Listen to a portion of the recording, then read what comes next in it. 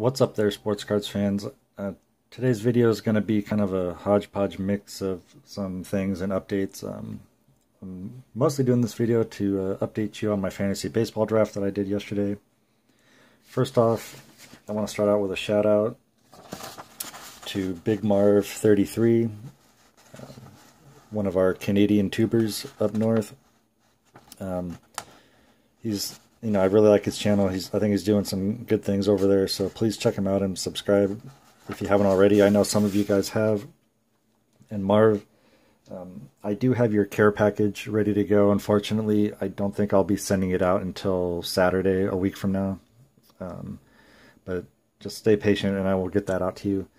A couple of random things that didn't really warrant their own video.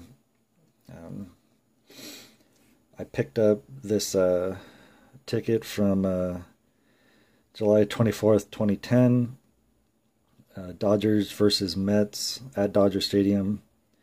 I got this because this was actually Kenley Jansen's Major League debut. Kenley Jansen, of course, the closer for the Dodgers. And I think he's actually the best closer in baseball.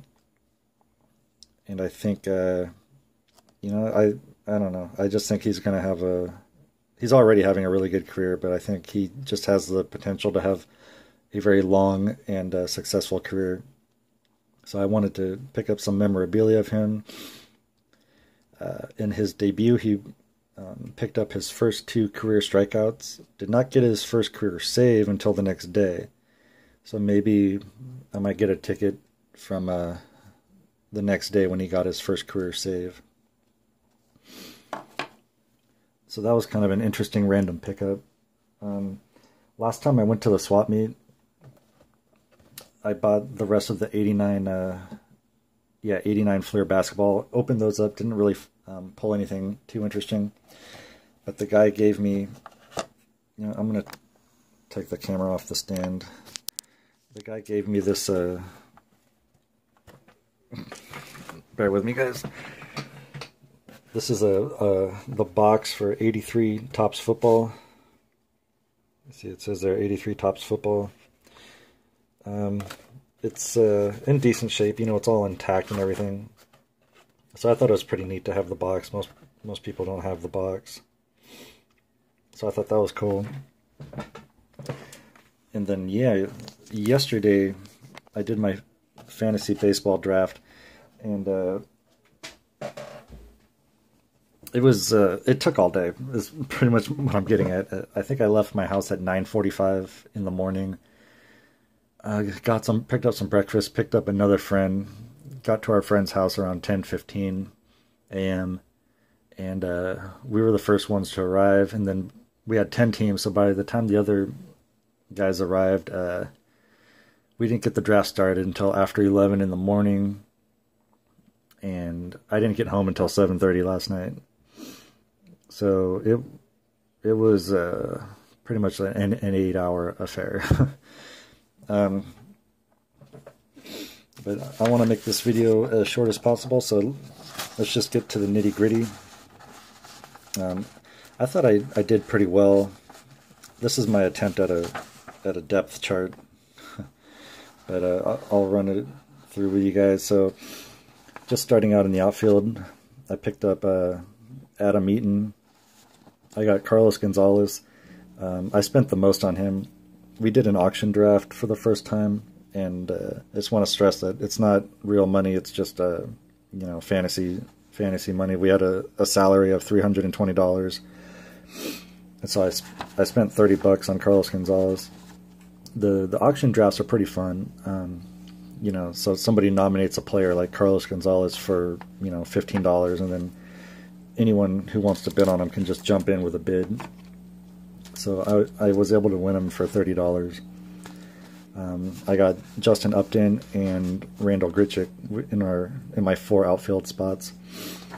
So that was one of the reasons why I had jumped on. I paid so much for Cargo, because at that time I only had Justin Upton, and I still had 3 more outfield spots to fill, and there wasn't a lot of talent left, so I had to pay for Cargo. Speaking of paying, I did get Chris Bryant. He was my I gotta have this guy player, and I spent the most on him. That cost me $50, but I'm super stoked to have him. I also picked up Adrian Beltre later in the draft. We do keepers in this league, so this year we were able to keep. This was the first time we're doing keepers, so we kept 3 players. Next year we'll be able to keep as many players as we can afford with our salary cap. But 2 of my keepers were Corey Seager and Francisco Lindor, and I was able to keep them for a pretty cheap price. Even after, see, my league is fairly complicated, so like we had keepers and we did arbitration. So before the season started, we had 20 arbitration dollars that we could put on different players on teams. So for instance, I was keeping Corey Seager at a super cheap price, so people would put their arbitration dollars on him to make him more expensive, but it was still a good deal for me. So my infield is pretty sick with Chris Bryant, Corey Seager, Francisco Lindor. And then the second most I paid was for Jose Altuve at second base. That cost me $45. But I was just, second base was so weak this year that there was no depth at second base, so I just decided to go all in on the best second baseman. I missed out on some big power hitting first baseman, but I ended up with Adrian Gonzalez pretty cheap, so you know, I think that could be a good value right there. Let's go ahead and jump to the bench. So actually right now in my 2 utility spots, I got the power hitter Tommy Joseph from the Phillies. I picked up Yoan Moncada for just $2, super cheap. I got some pretty good rookies and prospects, so I got Joseph and Moncada. They're in my utility spot right now, but you know, I can move them to wherever or just bench them. The rest of my bench, I got Mike Moustakas, I think for $1. I mean, really? But hey, I'll take it. I also picked up some young guys, Josh Bell, Max Kepler, and Tyler Naquin. So I'm hoping, and I got all those guys for $1. So I'm hoping to get some big return on that $1 investment there. Let's take a look at my starting rotation. Justin Verlander was my 3rd keeper, and that was a really good value for me, I think, because he would have been pretty expensive this year. So I was able to keep Verlander for really cheap, actually. And then I don't remember what I paid for Chris Sale, but I was able to get Chris Sale. And then I also got Steven Strasburg. So those are my top 3 guys. And I had to, you know, pay a fair amount for them and get them early on.